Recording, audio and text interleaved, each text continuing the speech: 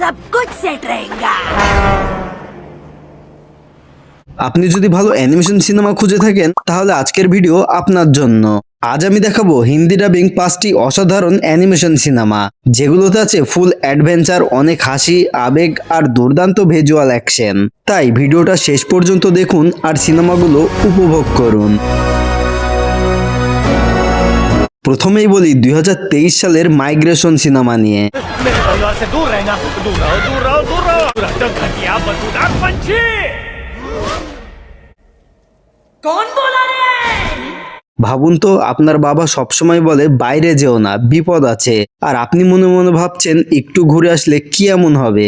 এই একই সমস্যায় পড়েছিল মেলার্ড হাঁস পরিবার। পরিবারের বাবা ম্যাক সবসময় নিরাপদে থাকতে চান। তার মতে নিজেদের ছোট্ট পুকুরটাই পৃথিবীর সেরা জায়গা, কিন্তু তার স্ত্রী আর বাচ্চাদের স্বপ্ন অনেক বড়। তারা নতুন নতুন জায়গা দেখতে চায়, নতুন অভিজ্ঞতা নিতে চায়। ये देखने की कि जिंदगी में कितना कुछ है। नहीं पैम, मुझे नहीं लगता। तुम्हें अपना नजरिया बदलना पड़ेगा मैक, इससे पहले कि बहुत देर हो जाए। এবং বাবা ম্যাক তার বাচ্চাদের এই স্বপ্ন পূরণে বুকে সাহস নিয়ে একসময় বেরিয়ে পড়ে পৃথিবী দেখতে। सब साथ में, यानी सब लोग हाँ, आप भी चलेंगे। हम सब माइग्रेशन के लिए जमेगा जा रहे हैं। कौन सी भाषा में समझाऊं? Thanks dad.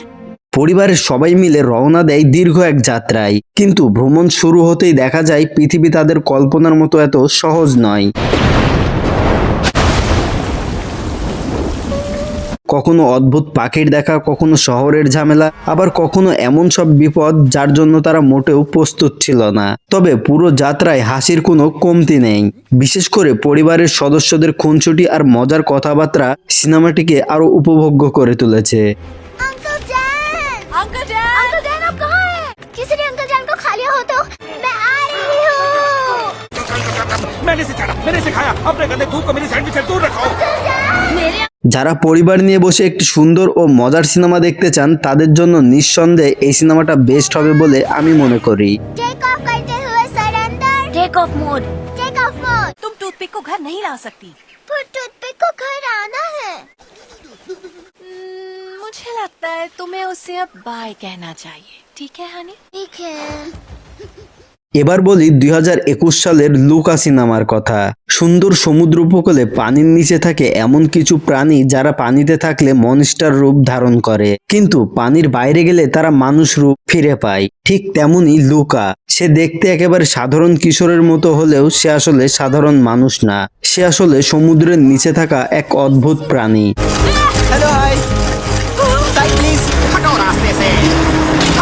সমুদ্রের বাইরে যাওয়া তাদের জন্য নিষিদ্ধ, কিন্তু লুকার কৌতূহল এত বেশি যে সে একদিন মানুষের জগৎ দেখতে বেরিয়ে পড়ে।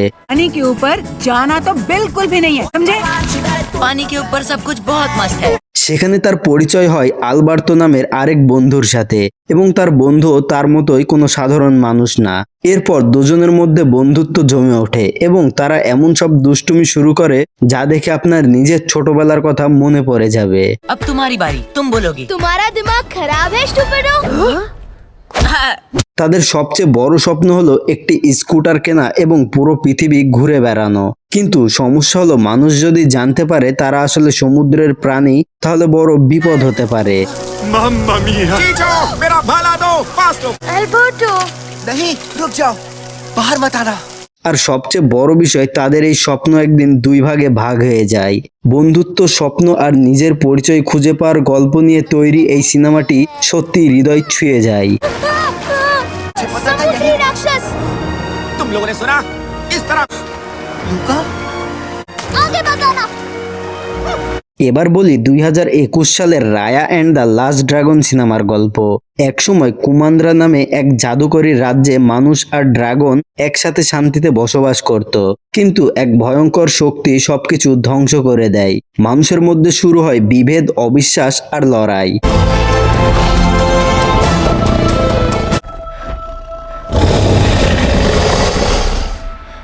এই পরিস্থিতিতে রায়া নামের এক সাহসী যোদ্ধা বের হয়।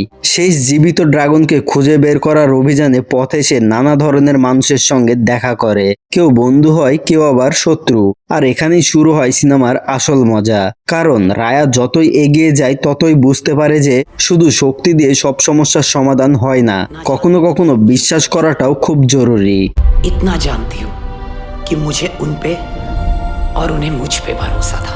जादू नहीं, हमें जो चाहिए वो है भरोसा। भरोसा? অসাধারণ অ্যাকশন, সুন্দর অ্যানিমেশন আর আবেগপূর্ণ গল্পের কারণে এই সিনেমাটি অনেক দর্শকের মন জয় করেছে। 4 নম্বরে আছে 2026 সালের হপার্স সিনেমা। কল্পনা করুন আপনার শরীরের আত্মা হঠাৎ করে কোনো এক প্রাণীর শরীরে ঢুকে গেল, তখন আপনার কেমন লাগবে বুঝতে পারছেন? এই অদ্ভুত এবং মজার ধারণা নিয়েই তৈরি হয়েছে হপার্স সিনেমা।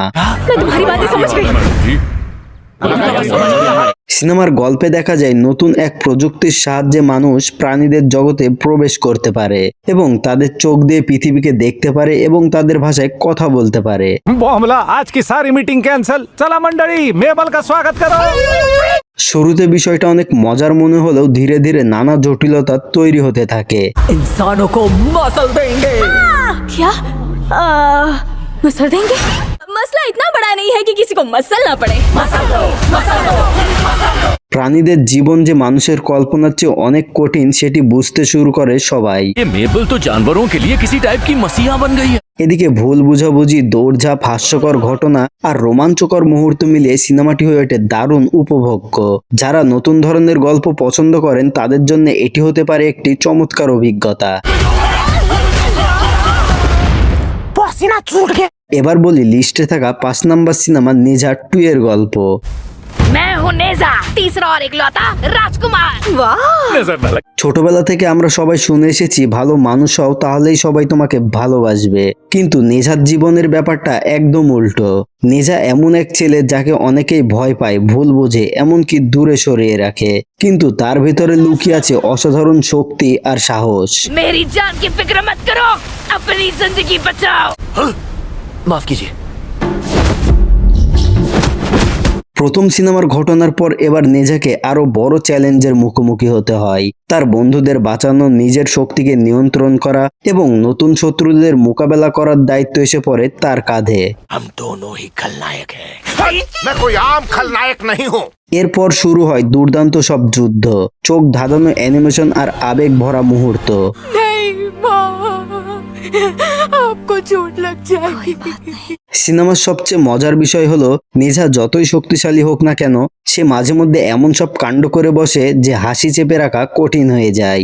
मैंने इसी में सुसु किया है। যদি আপনি ফ্যান্টাসি, এন্টারটেইনমেন্ট, অ্যাকশন আর আবেগ একসাথে উপভোগ করতে চান তাহলে নেজা 2 হতে পারে আপনার ওয়াচ লিস্টে থাকা সেরা সিনেমা।